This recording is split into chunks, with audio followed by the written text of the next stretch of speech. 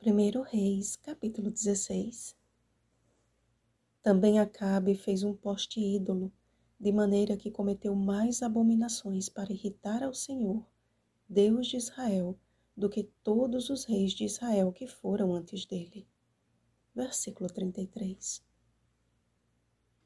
Enquanto a descendência de Davi seguia no trono de Judá, cada rei que era constituído sobre Israel deixava como legado uma corrente de maldições. Era literalmente um rei pior do que o outro. Cada monarca que subia ao trono do Reino do Norte superava o anterior, aumentando as abominações para irritar ao Senhor. Nesta sucessão de reis perversos, surge Acabe, pior do que todos os anteriores, e com um adicional maligno, Jezabel, uma esposa idólatra, adoradora de Baal. Na conspiração de Zinri, percebam que não somente Elá foi morto, mas também toda a descendência de Baasa, seus parentes e até seus amigos.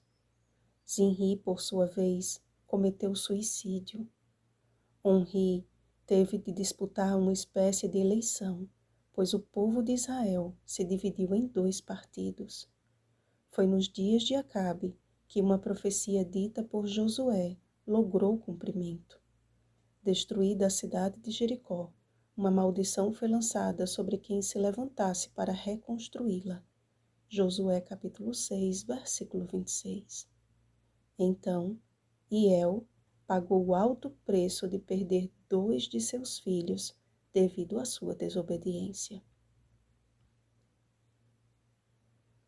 Pecado gera pecado. O Senhor não enviava seus profetas simplesmente para declarar juízo, mas para que o juízo despertasse a nação da cegueira espiritual em que viviam. Sabem, amados, o pecado é como a glória inicial daqueles reis. Faz brilhar os olhos com os castelos da fama, da riqueza, da ostentação, da promiscuidade, e então oprime o pecador até que este seja destruído com eles. As falidas dinastias de Israel revelam o quanto o pecado é nocivo e o quanto as suas consequências são danosas, porque o salário do pecado é a morte. Romanos capítulo 6, versículo 23. Não pense que a vida é sua, que você faz dela o que quiser e ninguém tem nada a ver com isso.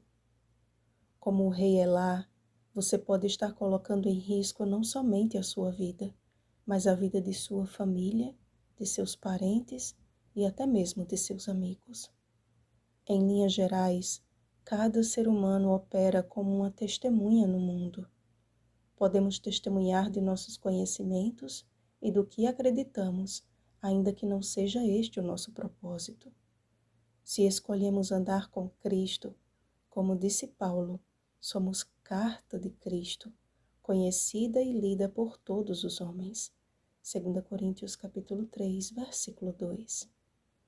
Ser uma testemunha de Jesus inclui o dever e o privilégio de proclamar o que dele vimos e ouvimos, pois nos deixou exemplo para seguirmos os seus passos.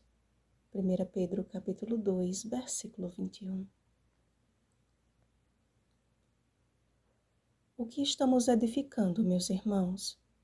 Fundamentos e portas que custaram a vida dos que mais amamos? Ou uma experiência pessoal que revele o amor e o poder de Deus? E isso só pode acontecer se houver uma edificação diária da vida devocional, como declara Anderson Velten. Deus deve ser o nosso maior amigo. É com Ele que devemos falar em primeiro lugar no dia. É com Ele também que devemos falar por último. O Senhor deve ser o primeiro e o último em nosso viver. Henderson Hermes Leite Velten, Movendo o Braço do Altíssimo, editora Luz do Mundo, página 73. A palavra de Deus Vai ao encontro do seu coração nesta manhã. Você precisa amá-la e fazer dela sua única regra de fé e prática. Só assim saberá fazer diferença entre o bem e o mal, e pela ação direta do Espírito Santo, tomar decisões acertadas. Porque dele, e por meio dele, e para ele, são todas as coisas. A ele, pois, a glória eternamente. Amém. Romanos capítulo 11, versículo 36. Vigiemos e oremos. Bom dia, testemunhas de Jesus. Oremos pelo batismo do Espírito Santo. Oremos uns pelos outros. Rosana Garcia Barros.